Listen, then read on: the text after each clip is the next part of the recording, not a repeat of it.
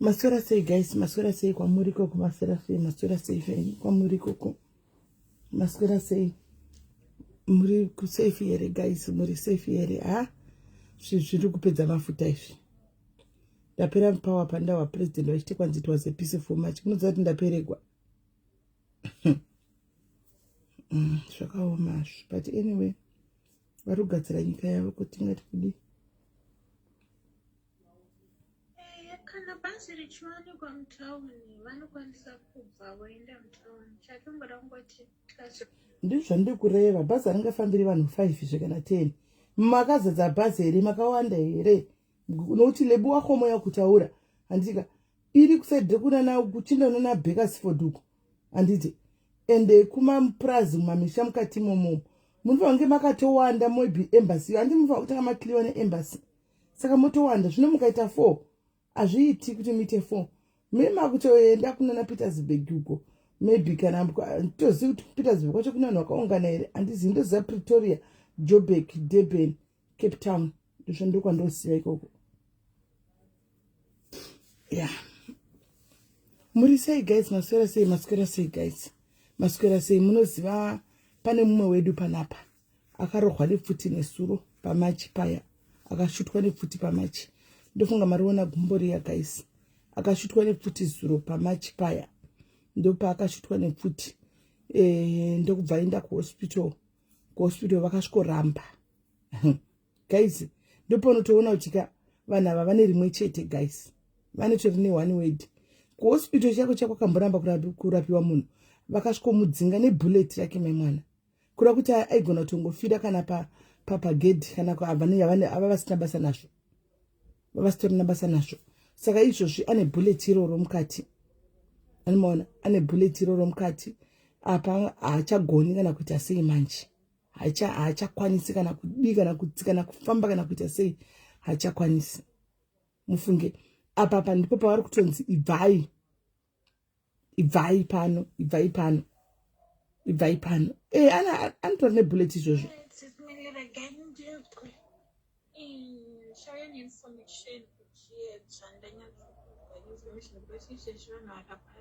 Ava vari kupindigwawo mumba izvozvi as we speak. Vari kupindigwawo mumba iwai. Watondisendera izvozvo. Kwaita mari. Takwabude nevana mashandi vanhu vakupindigwa mudzimba. Ndanzwa udaro tafadzwa. Vanhu vatogwa mudzimba dzichipazwa vese vana Jeshua vese vapindirwa mudzimba. Wakatoshata. Ndindise vana mwana wangu kumba. Vana vakaenda kumba ndikapindigwa ine munhu mukuru ndikazvozvorudziwa zviri nani. Kwaipa kuno kwaipa. Anomaona zvinhu zviri kutoitika izvozvi vari kuLimpopo uko. Kulebuwa homo kwacho. Purisai mama kuno kuripo. Mutumire mari tinda kumusha nindrovunduka. Mutumire mari tinda kumusha. Mleba. Okay, ma. Okay. Achishadi kugara kuno mama. Kuna kurabhowa. Vana vari kutumira maiko vanhu vari kupindigwa mudzimba imomo. Vari kupindigwa mudzimba imomo. Kwai kuLimpopo homo ikoko ndokwari kupindigwa mudzimba macho imomo. Vachidaro saka vana ndova kuti titumire mari tiende kumba mama kunoko akuchaiti kugara nokuti mai vacho vanenge vari kugara vari kubasa here.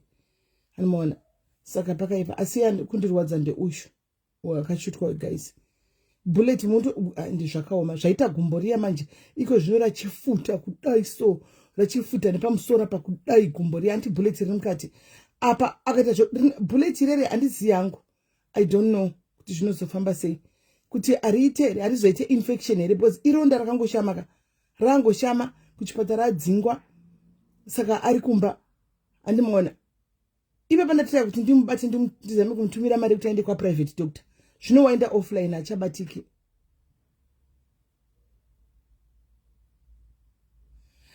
South African machita aya guys, machita aya chaunongoona kuti isusu pachezvedu kama maZimbabwe tiri vatengeseka.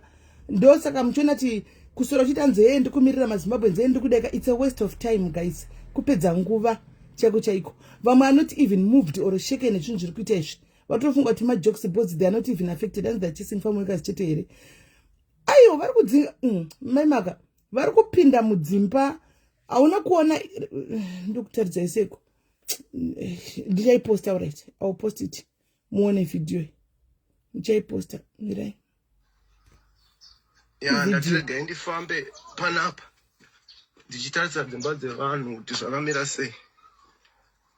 Ndotarisa dzimba dzevanhu zvakamira sei. Asi ndakutoudzwa kuti dzimba vakapinda.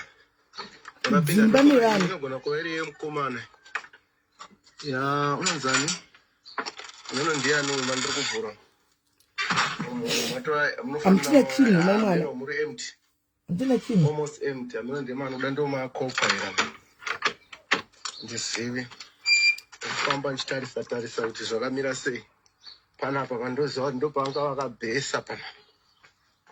Ndise aparitopesera nevana vakatotakura zvinhu zvimareki zvechi vachitotorawo vachitobuda nazvipamba ende zvakaoma sikana. Makato uyu. Makatopindwa mukona zvamakaita mumba umu. Vachitora nehembe dzekupfeka mai mwana nebhutsu nechii zvese. Varohwa. MaTV evanhu chii vakatora zvese. Zvese. Mose makapindwa. Makapindwa vantoripo vamwe vari kutotora zvavari kutotora. Ndakatoripo shu. Amene ndeyani. Makapindwa. Hapana, alright sharp. Ndichakupostira video iri kunzi pakapindwa munyatsokuona. Animaona. Zvina kumira mushe guys kutaura chokwadi. Umu ndonga ndo mama yani, mama imevi here. Hapana, una zvamakaitwa. Ndo mama imevi ka umu. Apa vakapazwa vanhu vatiza.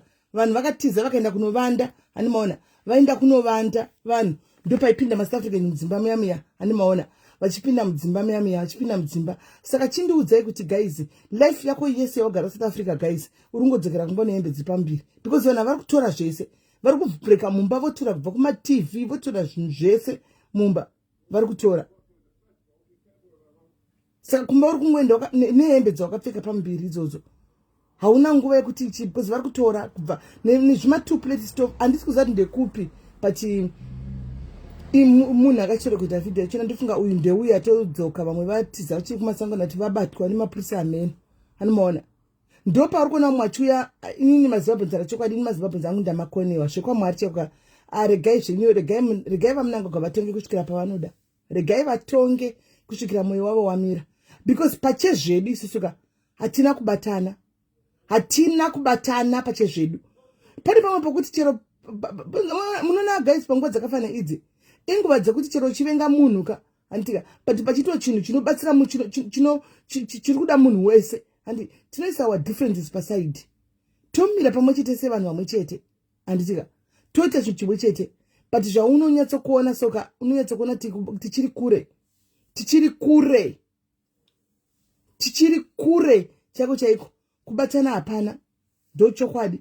Umwe nemwe ntamadira mazvake ukaenda kuma South African pages kumaZimbabwe zamazera totora ti ngavauye kumba ngavahambe asi muZimbabwe nje aripo vanhu vakanzi vanhu pane komena naona mozati unozongozorora wega kudai so panga pachitwa live yauya pakeri mpaketi kuningikiri ku TikTok uko kwanzi nemumwe kwanzi yes chase them because you gave them enough time to prepare and come back home. Muzimba chinyora izvo guys. MaSouth Africa kunoleka kucomment yoyelekwa. Guys mwakamboperegwa so auzopitsirwa comment yoyelekwa kusvika kuma 700 likes. Kumba South Africans kupejera pakela mpakati kwanga achipa update uko. 700 something ichilekwa nawo South Africa chete. Kuma platform avo. Saka pakadaro guys honestly speaking ngatiudzane chokwadi. How do we stand together chitingati because pane azvibudi azviiti. Munoona pepa tozoti mumwe nemwe anoita mazvake ndopa zvinotangira. Ipapo vatiri kutaura kuti atidi chinonzi South Africa chinotsika muZimbabwe right now. Chinonzi South Africa chiri kupinda Zimbabwe ngatimbomirayi. Ngatimbode chisungo chimwe chete because kuti chokwadi chakagumbuka takatsamwa. umwe wedu ari kutofamba nebullet hasi kutofamba hasi kana kutogona kudii ari kuwira kwane bullet mukati rakonzerwa munomu hanzi aukamana nemari havasi kudzingwa mai makaona zvinoitika zvakafanana nekuti kuzimbabwe handitika zvotanga izvi zvakaoma kuti uende kubhorodho imimi kune anogara bhorodho munotsvaga kuzere maforina koka kuti munotsvaga kuti bhorodho kwakupindiki kunonetsa handiwana but kunana tafara memi chitoziva kuti kunana tafara mabvu kuti apa panogara mazimbabwens apa panogara mazimbabwens apa panogara saka its easy kudii kuno ataka ipapo ndozvaangufanira kuti South Africa kune vanhu vanogara kwakanaka handiwana kokuti mugedhe next door nesatomboziva kuti pano munhu yomurudzi because they mind their own business but kumarokesheni kunowe kunoafodwa nevanhu vakawanda unoona vanhu vaunga uchigara navo uchidya navo everyday vo vaya uchitoruka musoro kana uri hairdresser ndo vanhu vari kupanduka andiona ndo vanhu vari kupanduka antimazviona saka unopera power makomenti ana ndichone mazimba mai makaka unonzwa unenge wakagumbuka unotonga uchatuka kana ndiri seni hangu ndasina sura ndiri bita ndikunyepa guys kana ndiri seni ndasina sura ndichiita zvokutotukana nevanhu handitukani nevanhu guys but ndasina sura ndichitukana nevanhu zvokutodaro chaiko chakutoita zvokutodhonza chaiko chaiko ndokuti nditori bita nandiri bita munoziva kuti unoyatsotanga kutarisa kunjezo uona zviri kuitika ka uyatsoti saka life dzatopera kapa kutoparira kwelife koko vana uchiona vana vakaungana kunhingikiri pepa kwangu kwakaungana kwekwakomai mwana mapedza kune munhu aita live ariko handiti umwe watapa access kuti aite live ariko uchiona mapedzi vana vadiki kuchinzi hapana toilet china pese pese unonyatsa kufunga kuti toilet kodena ndirini ndiri musituation iyi kodena ndiri nesituation yakadai so paground unotaka unongozvisa mubhutsu dzavo nyatsa kuona kuti dena ndirini ndiri paground apa tiri kudai so apa kana kuti iri munin'ina wangu ari pasituation yakadai so apa panoitwa sei hanzi dei mahaya sogape zvanga zviri koko zvanga singaiti ukuye kunigeria zvanga singaiti live yanga nevanhu 15k yanga iri kutiktok yake uko because anga achiadresa vanhu yanga ine 15k people andiona yanga ine 15k ndopaunongona ti mazima kutaura chokwadi mazambo we are not ready for a change. Let me tell you the truth, we are not ready for a change. Iwe Brian unonzi zvotukaenda namurume wangu achida ndipa murume wacho murume wechi chinonzi murume tovadiwa rume isu tichizvishandira matojaira kungofamba makamisa zvinhu zvenyu pese pese utobvunza kuti kwai murume wekuita sei panguva dzakadai uri kuona vanhu vachikuvadzwa kubvunza uda utofunga zvebonde iwe Brian mhuka uri mhuka yemunhu sisenemu yako nasindasoda guys ndichiwa kuti ndakazara uturu chaihwo kungo wakuvava chaiko changu mukati mangu nenyaya yekuti unotarisa kudai unosonotika zvakaoma sikana vanhu vakatiza vakaenda nokwira vamwe vachinifonera vari mumakomo ambeni kwavari kune makomo vakanorara mumakomo imomo ndoma vakarara apa nechando chiriko guys vakarara kumakomo ikoko ndokwavakarara varara vari kumakomo ikoko anti next door yako inoziva kuti apa panogara muzimbabweni apa panoziva muzimbabweni anibana animona ndofunga ndopavangazisara vachidini vachinoataka ndi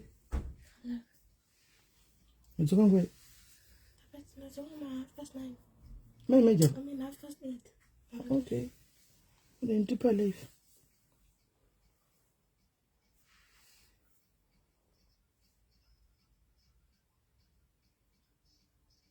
And then? Amen.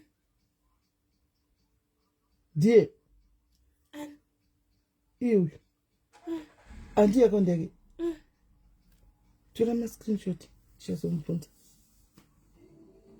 Housewives kiss. Alright. So, ne guys, saka ipapo pakadaro ipapo ndiudzeiwo pachiitika zvinhu zvese zvinenge zvakadai so zvinhu zvese zvinofamba sei zvinomira sei azoona vamwe vachisapota vamwe vachisapota ZANU-PF vanhu unozati chiika adhika musashore zvenyu vanhu vanoenda kupati dzavanoda ini seni for one ndakatoenda ikoko musatishore zvenyu because munenchiti musaina musaenda imimi batanai vanhu ngatibatanai chinhu chimwe chete hapana panenge chikudzira zvokuita so you can't beat them, you join them. Unotaura uriko ndotaura ndirimo mukatimo mupatimo ndo mandira sindi kutaura vasiri mukati pacho you're not doing anything ngatite chinhu chimwe chete you can't saka muri kushorerei vanhu muri kushorerei vanhu. Hatisati tave ready for a change is the truth guys. Hatisati tave ready for a change. Ndo chokwadi chiri pachena. Andimaona hatisati. So mucheza people mune mangoita zvaanoda. Andimaona mune mangoita nda because honestly speaking tichiri kure. Zvakuta ipa papa zvakutaridza yapa. Hanzanetedze ameno utinenge tadze because chetedze ninge sina. Andiona inenge sitona chetedze. Vanhu vacho vari kuti vanoti tinoda change. Chicha muri kuita kuti muti hapana kungotaura. Mukona munhu aticha kati muti naye tek but chitaridze chamuri kuita. Hansara seti tikada kuti ratorowa. Saka regai vanhu vajeni mapati avanoda. Saka regai saudzire vanhu zvokuita vanhu vajeni mapati avanoda. Andimaona zvinotangira kunoku. Andimaona kunoku side kuona zvakachitika apa kuti tiri kumira tichibatana pamwe chete takagona kubudirira kuti inonzi inonzi mafikizolo ngaisauya. Andimaona takabatana tese zvedu. Handika mafikizolo ikanzi ngaibve. Handika tikabatana kuti atisi kuda any artist in South Africa right now. Tasemoni maposta mongo atanga isitokuda uya iwe uya iwe chokuda iwe vamwe singasa uya nga. But kutaura same language. Atachitaura same language. Machinja. Makuto mupraise munhu. Makuto mupa nyembe, makuto mupa mbiri. Guys, South Africans vada mari kwatiri. They don't love us. They don't like us. They want our support. They want our support. They want money. Zvatogwana maititi 100%. Antika vakatora sense chaicha iyo maititi. Ndepapi pamakambona sita muZimbabwe zachinzi uya uridzire South Africans. Ndiudzewo. Pakanze uya muZimbabwe papaiwa wingi D kunzi uya kwa kune show ya South Africans yauridze ndekupi. Ndipewo one show.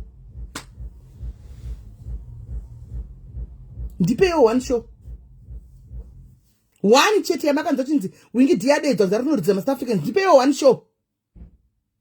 Kana kuti Japanese adedzwa ndoridze South Africans. Ndipewo one show. Haziti but isusu we are, and I don't understand how we operate in Zimbabwe.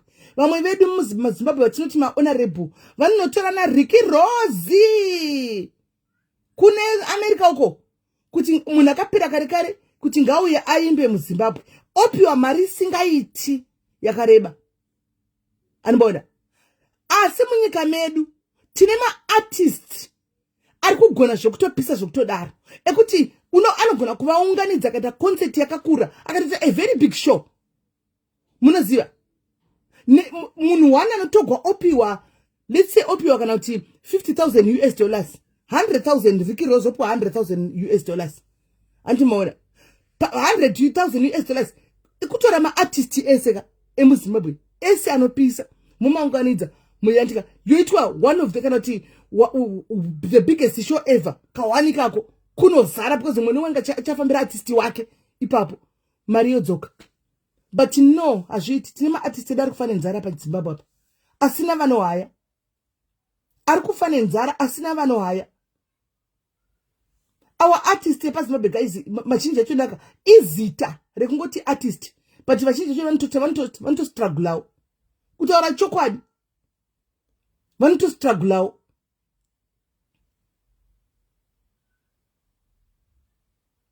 We are not talking of Chris Brown isu. Tikutaura zva Chris Brown isu. Tikutaura zva Ricky Ross akatopera kudhara. Ricky Ross achiri kuimbei chanenge achiwa kuzoimba kunyika kwedu. Chinyuwani chi. No Lela. Vaka invite Kelly Kumalo pamuchato and by that time kwanga kusina zveshe. And but right now kune zvese zviri kuitika izvi. Tingarambe tichitora here vana vakutoya kuzoimba. Because munhu anotora iyo vana aritsvaga mari andi. Mari iyo yanoiwana akatora maartist esati kutora iwaya. Maartist ane mari anopiwa mari hasi ese. Tirima maartist alright. Let me give an example. And yatakaona tsepa internet. Takaona furniture ya Blot Zuruno ichitakurwa. Antika ichibva ichitakurwa kumba kwa uya kwa munhu angari manager wake. furniture the artist is celebrity mukamona muda kutoga mapictures naye ine mairi furniture yake makaiona munhu atosumudzirwa munhu anogona kuimba vana vane talent ndikunyepa here katati no maartist ekuSA no hazvina basa kuti ndiani hazvina basa kuti unomufarira tikumbotaura chinhu chimwe chete let's have one voice it will never happen muZimbabwe vapanduki vanobuda mai mwana utochitukwa mai mwana utochitukwa kunze mimi kazodai utochitukwa sesiwe mino ndochitigwa zimino rako iroro kungati mchiri kuti chituko chinyuwanje kuti muchatudza hey vanonegwa varutoti hey varutogwira watu vatiri kushatiri kutaura kuti ngatimbomirai guys we don't want them exactly tit Toki vibes anoimba munhu yo Toki anoimba zvokutodaro Toki yo but hana support ari kushaya support munyika make Toki vibes ari kushaya support munyika make Toki vibes yo iko zvinanyarara because people they want to go and hire artists ari kunze but Toki ane dzimwe nziyo dzekuti dzamusati mambonzwa imi dzinonakidza dzaanadzo dzakaburitsa but because we undermine them vari kuvaningwa chitofane nzara vamwe vaartists mazhinji atopinda mufarming they ventured into farming right now kutotsvaga kuzviraramisa musaida so but talent ravo ndire kuimba kutaura chokwadi ngatitaure chokwadi pamberi pamwe chisingaputsi ukama maartist mangatogona kumenchena panapa right now bangani maartist ari kusapotwa nani ivo vana maitisi veve vanoimba zvokuimba maitisi vanoimba vanoimba maitisi zvokuimba maitisi veve animon vatoreka vaimbi vatorei vaimbi vanafungisai zvakava pano kwangosara zita vanotadza kupera nei musingava hai vanotadza kupera nei musingavatori muchinotora vanhu vekunze vanotadza kupera nei vanosvika pakunyarara but chipo chiripo vanoimba vanhu vaya ma-upcoming hobo anisi tingatotanga kutomamenchena panapa bvunzai vana mai makanoita zvokuita shanda nemaartista vakupei hobo vanhu vanonyatsa kugona asi vakati zii because you don't give them support you want to go and support South Africans hey amapiano can we not tell artists to produce amapiano muZimbabwe can we not tell our artists to produce inga wani hulenge ndakaimba fadza madzimai mapiano tikanakigwa nayo tikafada nayo paChristmas fadza madzimai can you izvozvi right now imi maartist ndio mukana wenyu tiri kuti no to South Africans rovai mapiano kuzimuko mumuzimu dance ikoko bikai mapiano muone kuti tinongotamba mapiano iwayo kuzimu ikoko tine basa njuru dzichawesu bikai maartist ndio mukana wenyu bikai mapiano izvozvi buritsai mapiano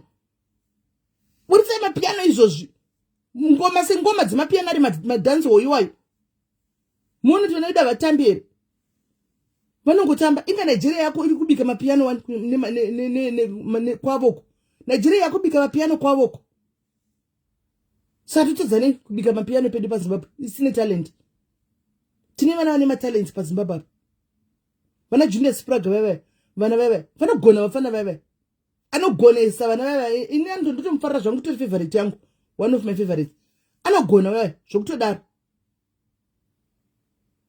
vana Sigi vafana veve vanojambisa vanhu zvokutodaro vanogona veve vafana veve but notarisira pasi mune vanotora maartist ekuzhoko but vakaita stage yeche vanorova stage yeche vanotorova zvokutodaro zvotinyesonakigwa kuti ya mbinde kushoya Sigi indai kushoya signal munyatso kuona kuti kunofariwa kuchoke munojamba kunawo iri worinonga chituka mbiri gega itiri ginwe tisari daira kwa ifakiwa kweri munojamba kunza kuti mucho muri kufara tiri kufaigwa vanogona tine vana vakawanda cheche vana sendiflo veve vanotogonesa vana master h veve tine talent but that talent ora chokwadika vanopera power because instead kumutora mukuna unotora nkosazana zvimoko kuti kwayauridza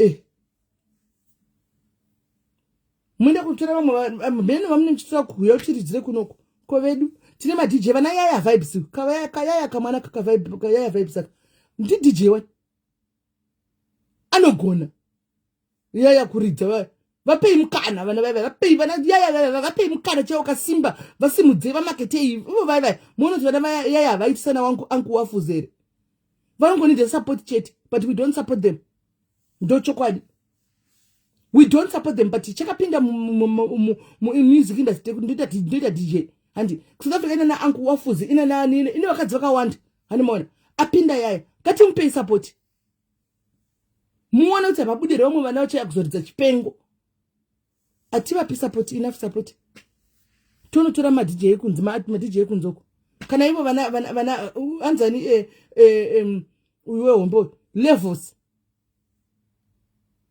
vanoridza kavafana vaya vanogona dj chaichaiye kutinozonza kuti dj but hakuna aiwa signal chibaba but ukansitarisa kutika he is underrated signal but stage cheche anongofanana nemusic yake kunge anogona stage mufana yamanje zvekutodaro ndozvatiri kutaura kamaibhi kuti ngavadzidze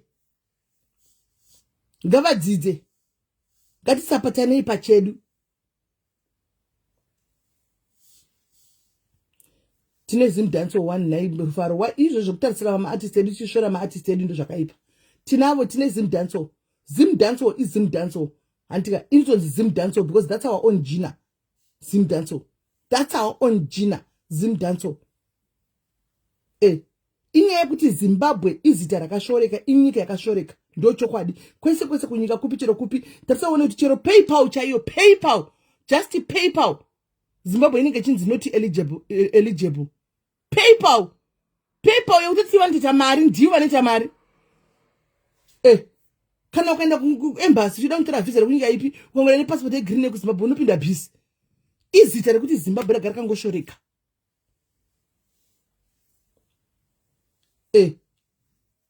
South Africa ndiko kwatisingachadi kuenda ikoko ndozvatati tachadi takupromota yedu zimdanso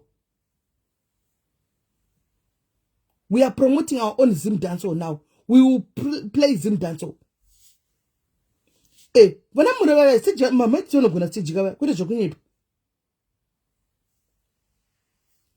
Zimbabwe tinongovengwa masanctions pese patasvika vanonhuwapwa chino ukangoti ndobva kuZimbabwe chete wapinda bhisi ukangoya chiti Zimbabwe wabva kupinda tagara takangovengwa isu ndo chokwadi PayPal ndati PayPal chaichaiyo wabvunze monetization neFacebook monetization neFacebook chaichaiyo South Africa inayo Zimbabwe haina haina Zimbabwe monetization chaiyo yeFacebook yekutoti iye Facebook ndiani kuti anenge achiita mari asanonyima Zimbabwe Facebook monetization saka zita rekungoti Zimbabwe handiri kuti kwakawira bhutsi yaSatani here kwakawira bhutsi yebenzi here tikangovengwa amen saka unongoshaya kuti vedu kutaura chokwadika inangu maZimbabwe ka atsataveredi zuro panapa takaenzokuwirirana zvakanaka nezuro pano mina ndikupe very good example zuro takawira takati nhasi tikufuma takaisa flag yemunhu wese akanzi Zimbabwean Lives Matter ndambokuona nditange nemi muri pano ndambokuona ndaona ndofunga 4-5 vamwe vese mafuma makakangamwa zuro panapa tiwira kuti mangwana Zimbabwe let's have this thing let's come together in solidarity and say Zimbabwean Lives Matter munhu wese takawirirana pano nezuro ramba itinzwe pano nezuro takawirirana nezuro pano here palife usiku ndiana afuma akaita imagine dei tafuma Facebook yese yakatsvuka neZimbabwean Lives Matter imagine tanga tichatogo serious pamwe but we are not taken serious because toda zvinhu zvisina basa ndo chokwadi izvo zvidei papachinzi pari kuti wagwara nhingi pane nyaya dziripo pane maaudios kana kuti pane ma11 kana kuti pari kuuya munhu achidai pangadei pakazara pane vanhu 15-10,000 ngataure chokwadi guys, we are not ready for a change. We are not ready for anything. Tingori life yatotorarama yo ndiyo ichai, techingopopota but ndizvo chaizvo. Hakuna chimwe chatichada, titori satisfied. Tongoti kana kwaya dambudziko kuti hey zvinhu zvakaoma, kana kwaya dambudziko rikapfuura todzokera back to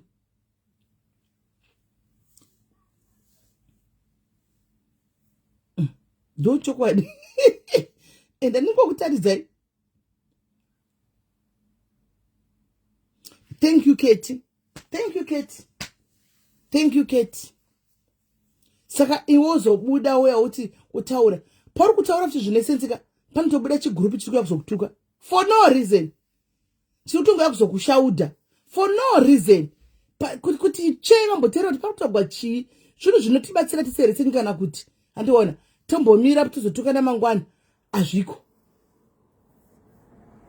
Ipapo hai bvai apa, hai mazimbuya aya, hai bvai imi mazimino, hai bvai imi mazichembere, chembere dzemino dziri kutokumirirai kuti tiite zvimwe zvinhu. Imi muri kuya apa vanhu vari kutuka uchimutarisika mazera madiki. Isusu we have enjoyed our Zimbabwe. Isu kutaura chokwadi, we have enjoyed our Zimbabwe. Zvisiri zvokubhabhadza vanhu kuti kudini. Machembere angu ari mukomesi chemurimo iro hamuna kuenjoya Zimbabwe here. We enjoyed our Zimbabwe. Our time aimaka nda urimo mucompetition. Didn't you enjoy Zimbabwe at your time? Tichinda kuchikoro taimwe mukaka kuchikoro nemabhanzi, mukaka nemabhanzi aisiwa pagedhi, tichigovega mukaka nemabhanzi kuchikoro tichimwa. Taingoti 5 tikachita totolaita magetsi kudai. Tasingazivi kuti kwai magetsi anoenda kwakustorina. Tichiita miriwo inochira pamayadhi because tairima magadeni tichidiridza nemahosepipe.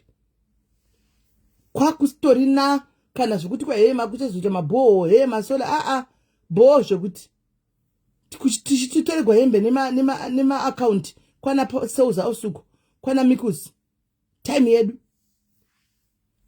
We enjoyed Zimbabwe isusu. Ndo chokwadi chiriko. Treni dzavamwenya sara mbokura treni dzekuZimbabwe mimi. Isusu takakwira treni ndo yanga iri mode of transport yedu kubva kuHarare kuchibva kuGweri kuchienda kuHarare paipai. Taitokwira treni yoyo yaitosvika pa ichibva kuBulawayo yaitosvika paGweri kuma 11. Tiripo chando chekuGweri checha takatomira treni kuti uye totopinda mutreni, tichifamba mutreni muchiridzwa music, tichitenga chikafu kuine mabuffet. Munozviziva here? Treni yeBrown yaya yaibva kuBulawayo ichienda kuHarare uko. Mainakidza mutreni muyamya. Tichifamba tichidla tiri mutreni tichienda kuHarare. Vamwe venyamutozviziva. We enjoyed Zimbabwe isusu nguva yedu. Tikaenda kuzvikoro zvainzi hazviendeki, zvinoti takaenda kuzvikoro izvozvo isu because zvaiafodheka. Muri kuona zvaiafodheka. Time yedu kwakusina kana makombi, kwaingofamba mabhasi.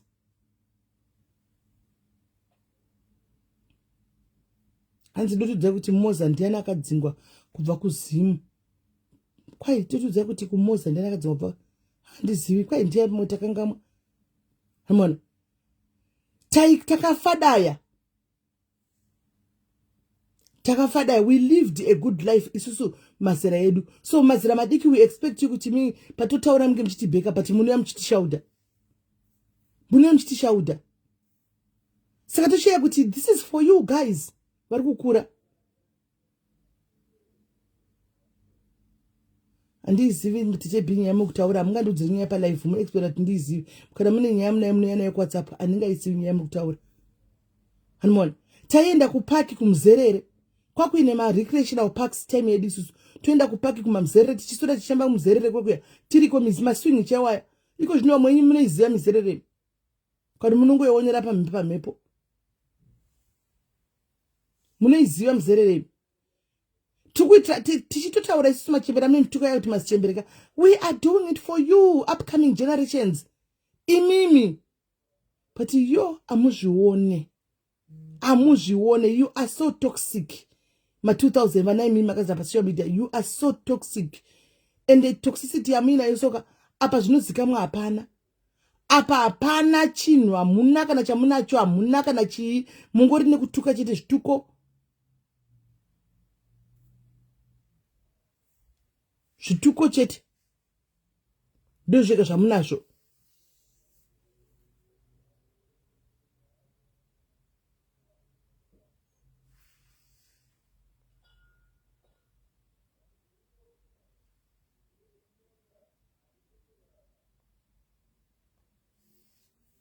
ndo zvega guys zvituko zvamunenge makazara nazvo. Saka zvinhu zvacho zvinochinja sei? Zvinhu zvacho zvinochinja sei? Honestly speaking, tara chokwadi guys, ngaiko zvine zvika hapana munhu anofanira kumbodza munhu kuti hey munhu ita chakati because tichiri kuda zvatiri kurarama izvo zviboho zvekuti zvatichiri kuda.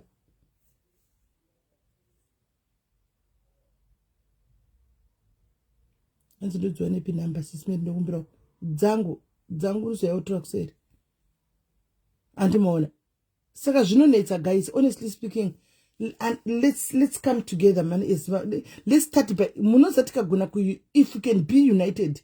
Tikagona kubatana. Murikuona. Tikagona kubatana, I'm telling you can go somewhere. Unity iyo ndo isipo manje. Unity iyo ndo isipo. Tikagona kubatana, we will go somewhere.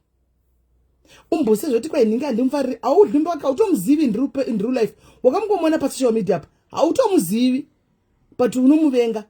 Chimbonyira izvozvo zvokuvenga alright. Uchamuvenga after. Timboita zvinhu zviripo pa ground tibatsirane tigadzisane. Tigadzire nyaya dzedu dzifambire mberi. Pepa takataura pano sura nzvati ngatiche petition tisvikoko. Handika kuisaina kuita izvo petition apana nosaina. Chasana nevanhu vashoma igotedza kusvika target yatetichida. Havasaini. Umwe takataura kuti sai zitrangu rinozonekwa ndikarohwa. Hey zitrangu rinozonekwa ndikavingwa. Hey chakazoti changa chicharauma. Hey musachaposta because munotikuvadzisa siti kuno South Africa. Unokuvadziwa uri South Africa zvinhu zvakatotanga kuma chisina kuitoitika kudhara chichatanga kuitwa nhasi chi. Unongati ma South Africans achaita anoitwa move dzinoti kwanzi makanyarara saka chatiganda zvaroda kuita because hamuna kunyarara. Because makanyarara. Makanyarara kuti they will just do what they want to do because vanhu vaya nokuti vakati vakaudzana kuti chakati vari kuita chinhu chimwe chete. Zvoti kwa vanhu vazoposta vanhu vazodai so hakuna South Africa yakakura. Zimbabwe inopinda South Africa times 10. Hakuna South Africa yese inofollowa pa social media yofollowa munhu 1 kana vanhu 2. Hakuna zvakadaro.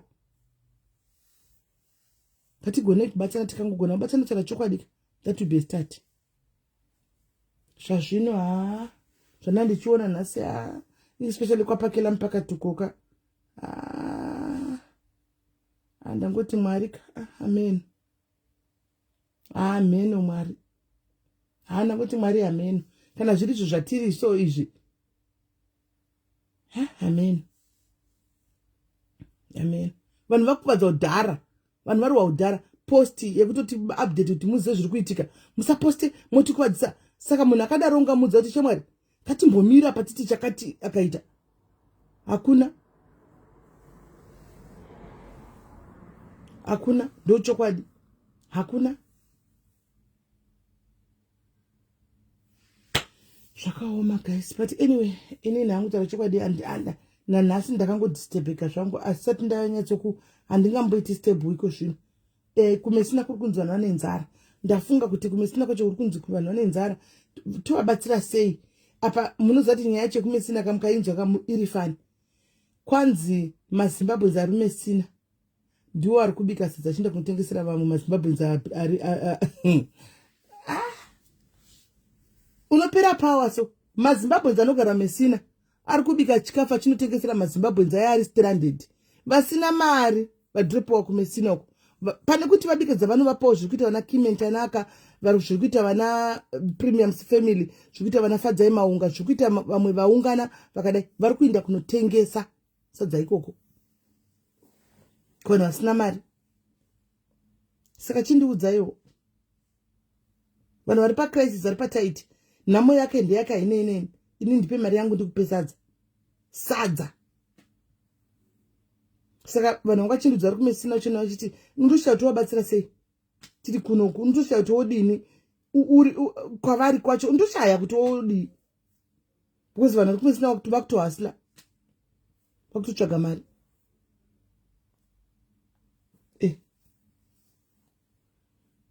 Zvakaoma. Zvakaoma. Zvakaoma guys nango tangu regai timbotandara mbijana. Tichingotaura hedu nekungoonetsana ndingoti zvandaona plus mai wegu kana kuti sati vayo online hedu vakachitogumba. Munongotonetseka kuti varipi vainde kunorapwa vainde kwa private doctor vanobviswa mapulezi wayo. havachabatiki kushati vaendepi.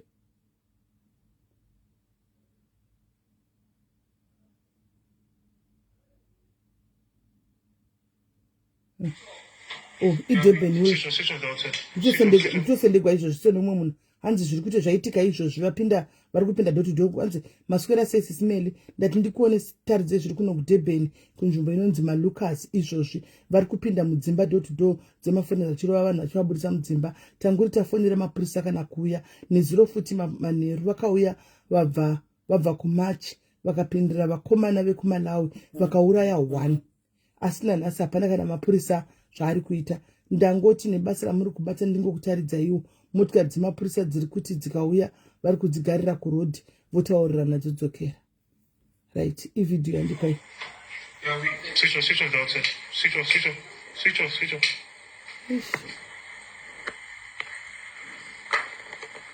Hey.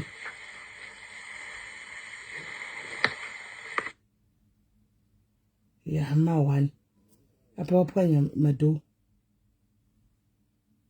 zvakaoma. Alright guys, murara zvakanaka mara kuchengete musakangane guys vanhu South Africa vamusavakanganiwo. Hanzi bullet havabvisi muno musati. Takuti aende kwa private.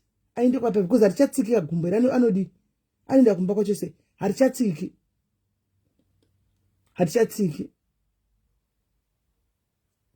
Saka ndikuti akaenda kwa private private anogona kuita plan. But private havabvisiri vanotoenda naye kuhospital vandomubhukira kuhospital. Vandomubhukira kuhospital. Adimira ndiyo ndokwanisa kuaida here. Yeah, zvakaoma. Aiwa vanhu vanotya, vanhu tinotya. East London muri kudhuze neCape Town here. Ine ndiri kuzati kuDurban kwanzi kuri kuenda 30 egovernment. 30 then mamwe kuJoburg mamwe kuCape Town I mean to say. Mamwe kuJoburg mamwe kuDurban. Hello Adi. Hey, what it is? What do you say? Mushe kuri sei? Suffering comfortably, but yeah. I just ring to say, okay, mine is kind of like a critical analysis of what's happening in Joburg. It's really sad and it's very inhuman what is happening. But while we are there, we also need to look at the other side of the whole situation. You go to what's the underlying cause of all these problems? In as much as we want to blame South Africa, we blame other countries and whatever, but we claim Zimbabwe is a sovereign country. Zimbabwe. Why are people exoding kwenda kune dzimwe nyika? Kune exodus kwenda ku South Africa, you know? Why is it that? So that's my question, Ekoti. What's the underlying cause? And no one is talking about the underlying cause. We did discuss about it yesterday. Takazvitaura zvese zvokuti tikatotaura even South Africans wemeni vangu varipo panapa. Tikataura kuti we are not even atisitombokushorai.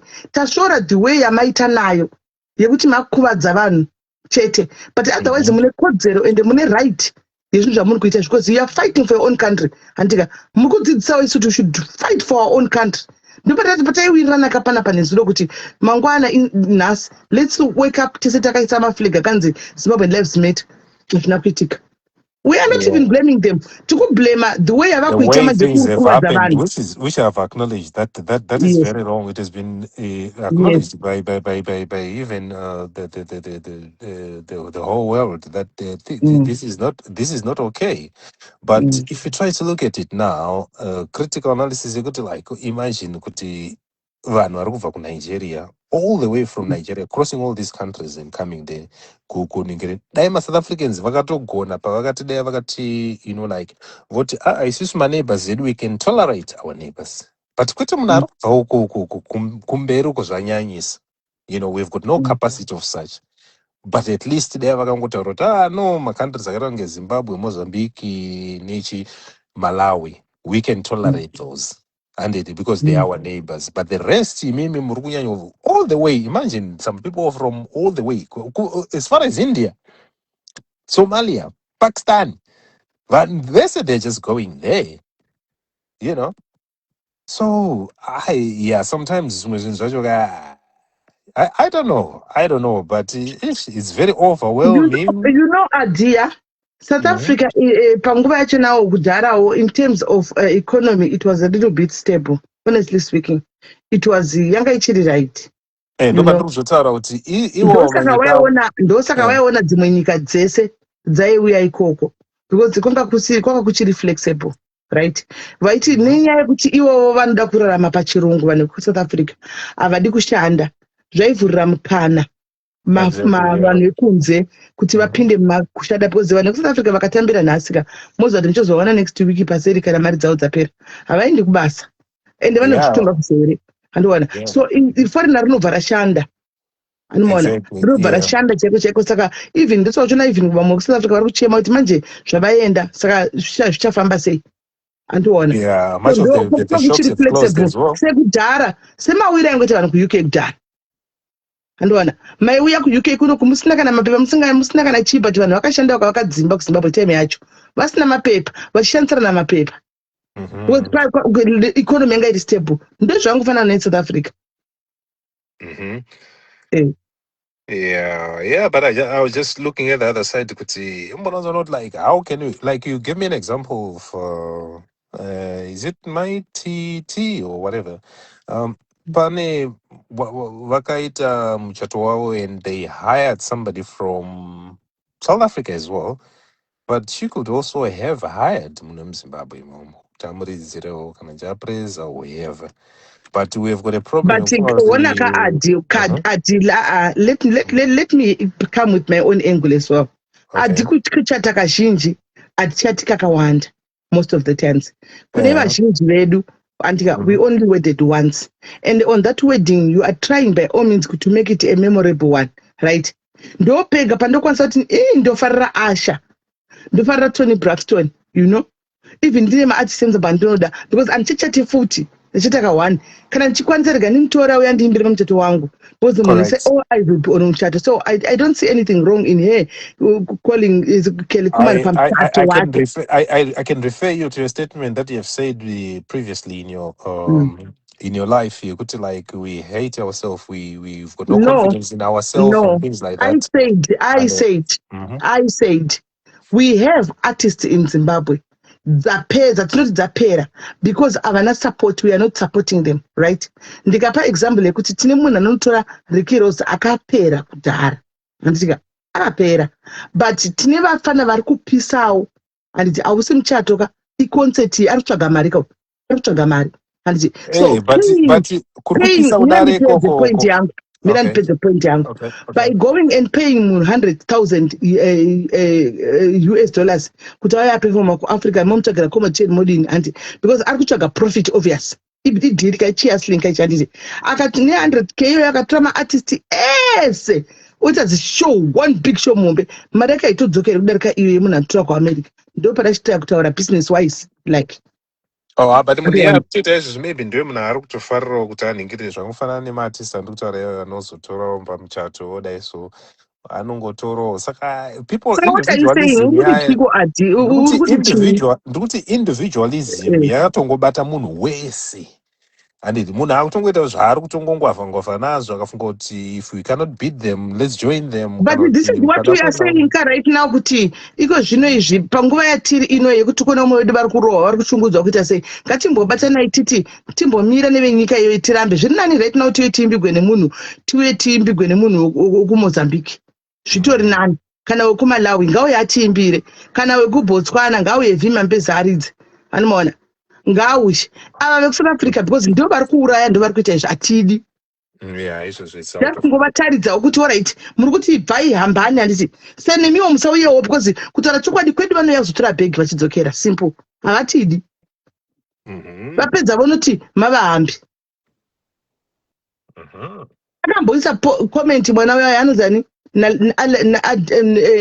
anzani apiwe, anzani naledi apiwe amene uya apiwe kamwana kaka akaisa comedy chera chinzi nevanhu unoya rini kuZimbabwe, zvikanzi tungamirai kuZimbabwe, handichazouya tungamirai pakataka kunzi ngamavambi, zvazvo kudhisa kuti endai, handiona comedy yakacirculate, handika after I think 6 months takazomonana 4 months here tikamona isa pafly kuenda kunoperforma chako chako kuZimbabwe kwaakadhisa pasocial media.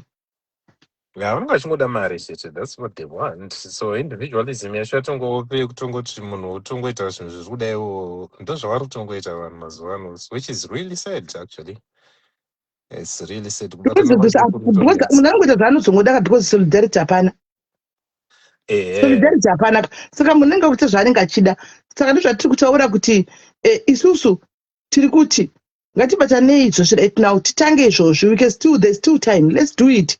And one atingobatana kutotadza kubatana even kana kubva kune vanhu vakanenge vakavhoterwa kunzi vatimiririre mumaparliamendi vanoto hapana kana kubatana even it starts from the fish it rots from the head. Andiri. So wavhotera vanhu kuti vapinde umo otoona munhu iyoyo kuti position ari kutonovhotera kuti cap 3 what and things like that. Saka individualism yacho because varitengerwa mota varita sei saka vanhu vanopedzera vasviba moyo vakutongoti okay fine ndikatongojoinawo ikoko tipuhwe mota tiite sei. Haisi nyaya yekupiwa mota asi kuti zvavangofanira chero ukada kuti nhasi kutaura kuti kudii, what do you think you can change? Honestly speaking, what do you think you can change? If I can ask you. Zimbabwe is ungovernable at the moment. There's nothing. If it Saka means allow people I'm given an opportunity. allow them to go and get those cards. That does not mean to kwenda chipo amota vari kuzvida kuti vanotora pamanenge vasingatobhodi ikoko kwacho kwazviri kubva but because ndo zviri paground ikoko akutongoita because hapana zvimwe zviripo ka hapana zvimwe zviripo but panguva ino pari kukuvadzwa vanhu paurawa vanhu pari kukuvadzwa vanhu. Yeah, so now the problem now is the burden now goes to individuals. Vanhu vakontributa, vanhu vakuita sei kuti vainhengerekene nevasina kana mari, like mamuchimenshona kuti vanhu vari pabhodha vakutobika sadza. Munhu iye arega titaona opportunity. Hey, aiwa, but can you blame that person? Because iye ari kutostruggle, ane vana vada kubhadhira school fees. Ungosiya here kuti atengese sadza iroro because ari kutoziva kuti uko kumbuya vari kurwara kana kuti it's dog eat dog. Ndozvatongokuitirwa nevanhu. Let's just agree kuti ndozvakutongoitwa nevanhu. Munhu akatongoona same okay vemabhazi all right. Vemabhazi vari sei vakuchaja about 3,000 I heard. 3,000 so opportunity tikubvumira guys saka tikubvumira senyika kuti umwe nemumwe indoda yazionela ka ndozvatikubvumirira kasenyika kuti indoda yazionela ndozviri kutoitika. Hatisi kutaura tikubvumirana but tiri kutaura ndozviri kutoitika izvozvo zvekuti mabhazi ndozvavari kuita, vanhu vanotengesa sadza ndozvavari kuita, kuparliament ndozvavari kuita, you know. So which is really sad. Saka pane paida strategy kunatsoona kuti like okay fine going to the drawing board unatsoona kuti like okay fine where are we going as a people in Zimbabwe? For starters, charity begins at home. Where are we going as a people? You know. Saka gesi tichiri kure naizvozvo. Tichiri kure. Asi ndangofarira kuti vakadzi vekuZimbabwe aiwa tine mabhora akadarika evarume. Varume vedu ngavagare pasi vanyarira kuti zi. Honestly ndikaona murume achinituka mucompensation ndichakubvumburudza zvisingaiti ene ndichakubvumburudza ene ndichafamba newe. Because you guys you don't have the balls. Let us women who have balls talk.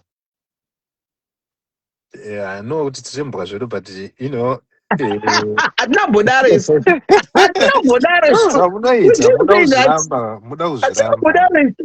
Hatina bodaro timuribwa isu. Hatina bodaro timuribwa mega. Kuri kutonhora mazuva ano kama maita dzichirimbwa kuri kutonhora kaizvozvo tichiringorimbwa dziri kudziya kaimbwa dzacho but anyway kungoti hamudzione ivo vembwa idzodzo pamaplatform because only a few guys vanouya vachijoina maladies nengerekena. I just bump into yours because nombosapota zvandosapota somewhere. So a few men they don't want to interact. Not kuti they many they interact adi. Many they interact chem. Kwa ndaku enda ku TikTok huko. Ndipo uniyotona kuti varume ka zvakaoma. Matukanrono anoita varume zvinyadzi vachita kuita kunge vari kuimba zvinyadzi vachitukana vanhu rume. aiwa no ndiko you wakati see kune mweya wako wokuti unonyadza kutoona kuti kwakaipa. Saka ndiri kuti isusu vakadzi tine maballs, we've got balls made of steel. Varume checho charugoneko zvinoka dei zvatogonda chinjana. Varume vanenge vachitongoumburudzana vachitukana vari kokoko. no there's different Hello. categories actually. Kune ma different Sisimeni categories. Maswera. Ndaswera vaswera sei? Ndoda kutotaurawo nababa vari kutaura. Okay. Sisimeli panyika panapa kamaZimbabwe kumusha kuZimbabwe. Hakuna varume. Nhasi henyu. KuZimbabwe kumusha uko Sisimeli. Hakuna vana baba. What they want. Varume kuramba vari miswe isingadi kugurwa. They were supposed to make that home a good home for every woman and children in that country. 35 years. Vanhu vachingosirangula chete. I don't know. Hakuna varume kumusha uko Sisimeli who can fight to win whatever it can be done there. They know what they can do there. Why can't COP kuRwanda varume vakamira? Kana bona na Iran varume vako vari kumira kuZimbabwe hakuna kana murume kana one. Ifai varume muchirwire vakadzi nevana. So sad to see what is going on. Kumakendu kwese kune vana nevakadzi nevana. Unobuda rusodziso kuti Mwari. Vari kudzokera futi mupoverty inzima. Kunzi misika yacho neiyo inopwanya. Asi kune varume uku variko varume vanozviti ndisona baba nokuda kugara pamasteri nemotikari vakakwira mazimota akakwira dai vachisimudza matumbu vachiti ndisona baba isu. What are you doing? Why can't you stop all this nonsense in Zim so that that country can heal and start afresh again for the generation that is coming in? All these children who are born now, they don't have nothing. They're going to in the grave without anything. They're going to suffer shame. Kana iwewe mbereki usina kuita anything chekusira mwana wako chekutoinherita pachezvavo chako I'm sorry. A piece of land. If you build, they destroy. If you do anything, they destroy. Land kusisina land. Vanaiwanaitika kusisina land. If these men don't work, if all these men are going back to Zimbabwe, if they don't go and make a call of their death there, they must go in front. They rather die there to suffer for their generation. Haisi yokuda penzura iyo kuZimbabwe akushandi penzura nemapepa nokuti let's sit down and negotiate. Achana negotiating. Was negotiating yakadarika kare. I like politics myself. I watch most of the countries going in the street vachifurwa nemabhure vakati atibudi munhu kusvika zvachikuda zviitwe. Zvichiitwa kune dzimwe nyika. Why kuZimbabwe? How many years? Ezvo zvitakukundwa nekaMozambique kanyika katakarera kakuenda mberi. Zambia chaiyo kanyika kaya kataisora kuti kunoita kuZambia taitwa isusu takakura life iri sweet navamugabera takadya life isu. Sisimeli, if this man is, there's no man in Zimbabwe there. There is nothing. All these nonsense zvavarongotitira varume must stand for the children who are born now to have a good life. Tingasvona zvedu South Africa. Varume vakakubatana voenda kunopfika mabullets futi vari kumberi vakaprotecta vakadzi. Ndavaenje vanopira mberi vachisanga. Hello,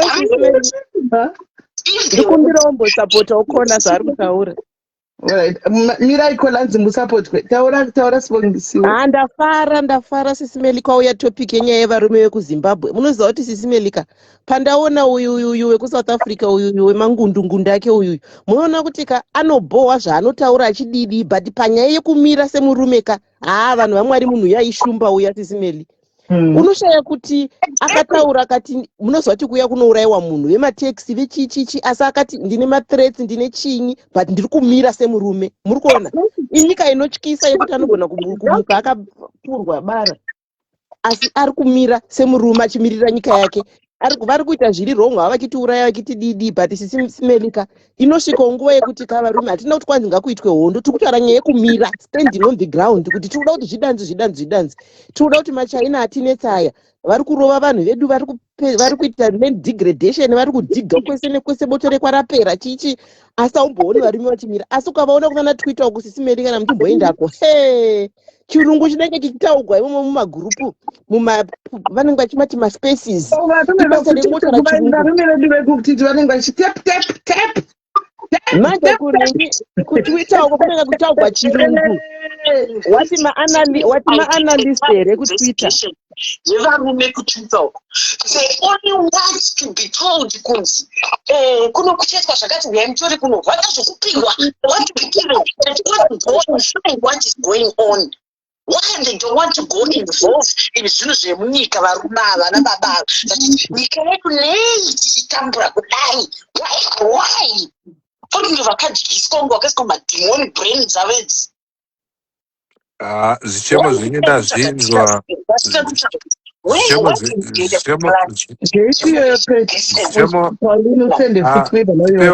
tipeuka time tipindure varume vose vasikumira muri kuona vari kuzimbabwe, they don't want that country to heal. That country is going to go in iko zvino kuchaita worse than ever. Kana ukasamira ari kurikuona crime chabuda nepazimbabwe apa yakaoma. Crime chabuda nepazimbabwe apa yakaipa. Vanhu murisa masecurity kudzimba, ndiko Zimbabwe sedza dzingwa pasadzoza apa tichakontinya apa Zimbabwe apa. Ndati paZimbabwe mutaura zvenyu miremoni. Zimbabwe kucharwadza Sisimeli kana vana baba vakatadza. Ini muya mukomana anonzi Pakamuya yaka, I salute him 100%. He's a man, that one. He's a man. Kuna rumene ndiwo kudaro. Vakabatana nebhuruwa iyo vakanatsoti henzei kuti ndatisangane ndatiite. Kunorira kumusho, kunopisa. Why dzimwe nyika dzese dzisingadi kutibetsera Sisimeli? I investigate and I love politics. I investigate. Why these people who are in there never make any threat so that they will come and ask help from other countries to help in?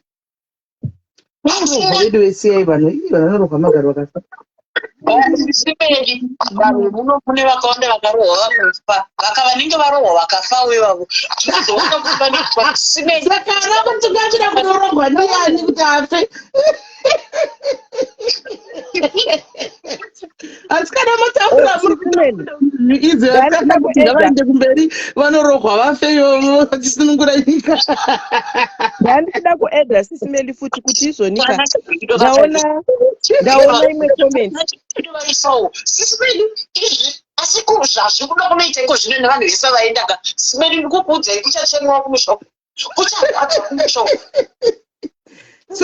Swaga ndiye ega murume wekuZimbabwe, Swaga anenge achitaura. Swaga ndiye ega anotaura, ndiye ega murume anotombomira achitaura, ndiye ega murume Swaga. Zvacho tichapiya kuchaita vanhu kumusha uko, macrime achabuda paZimbabwe apa. Sisimeli muri kutamba kuchabuda crime inopisa kumusha wekuti tichangoti Mwari tibatsirei panguva ino, but Zimbabwe hakuna chimwe chinhu chinokwanisa kugadzirisa Zimbabwe kunze kwewo. Zimbabwe haichambodi zvese zvekuti itindi. Handizivi kuti zvingadi. Dai vari kuzvichinzi vanhu vanohaiwa. Varume vese vachapochwa mahaya matanga. Kuvanenge chakuZimbabwe. Tsivo pahondo iwe tida kukuisa kumberi iwe. Iwewe you have to be in forefront.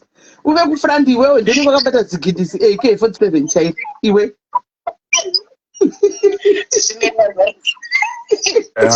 Nyaya Antimeli, nyaya yenyu ndainzwa nezvataurwa nevakadzi ava, ndichaisvitsa kudare remachinda yombodiscusswa. Ndichataura napatisani. Kudare remachinda zvezvipodcast uko zvepamhepo zvavanenge vachiita izvi, vachitedza kutaura real issues. Izvozvi podcast chenja munenge mutavarume chamoti kwaidari date inokometsa che next time tukuya. Ndo zvamunongogona ngataure nyaya dzebonde. Vakadzitika zvavakota ndisika ko idzi dziri important dzenyika idzi. Ndichamudza Patisani kuti Patisani hanzori gwara yo. Iko zvino takapidzwa mukebhi munzi hanzi mukebhichi 3 number 3 kebhi regai vazvitongere baba vedu vazvitongere vangarega ndiani akambomira regai vazvitongere tichiri kuzvida tisadi ndovadi tichiri kuzvida tiri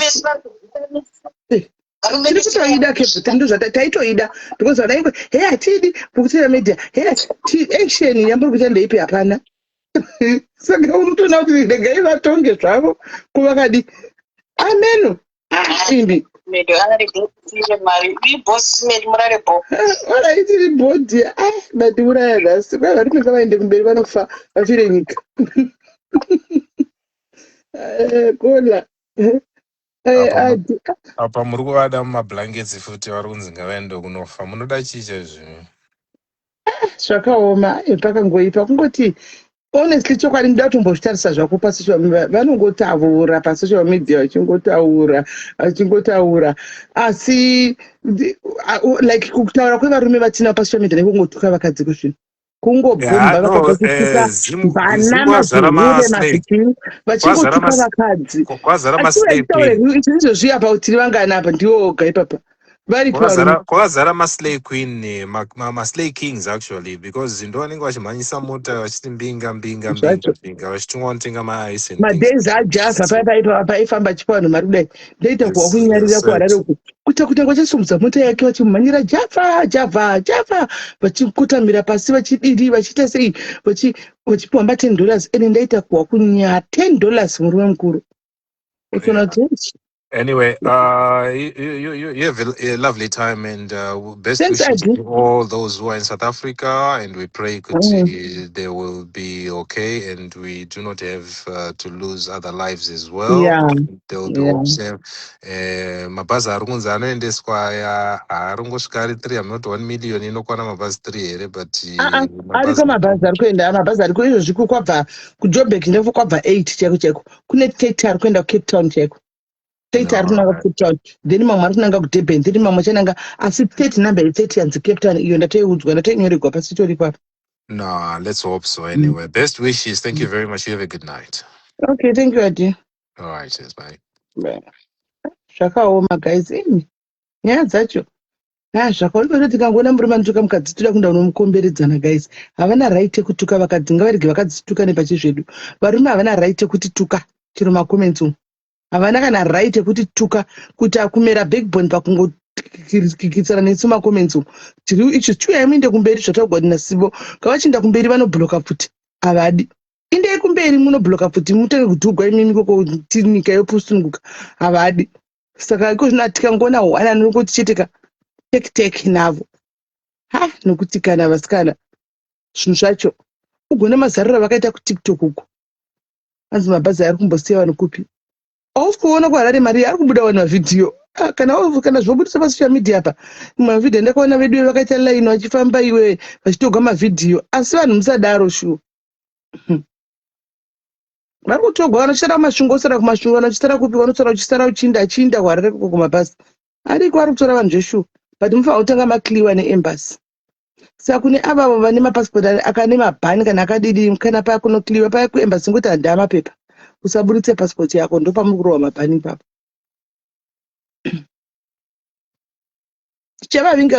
tichavavinga koko kudare remachinda ikoko dhondowari mungoti tega netoinda anzi handiti kuine varume vanotukawo varume tinozongoti vakadzi chete chakanakira tinozongobatana dzimwe nguva tongoti jipa komende yemurume handoona but vanotuka varume vanotuka vane vadangoti akangoti one chete naye chete angotegawo tese ipapo havana right yekuti tuka varume honestly speaking ngavarege tiundirane pachedu vakadzi topedza togadzirisana hatimbodi kana zvokuudzwa zvisina basa nevarume because unozvishaya kuti chako tikumbonyatsodei but anyway guys it is what it is. Bye bye. Regai ndivate zvangu. I'll talk to you tomorrow guys.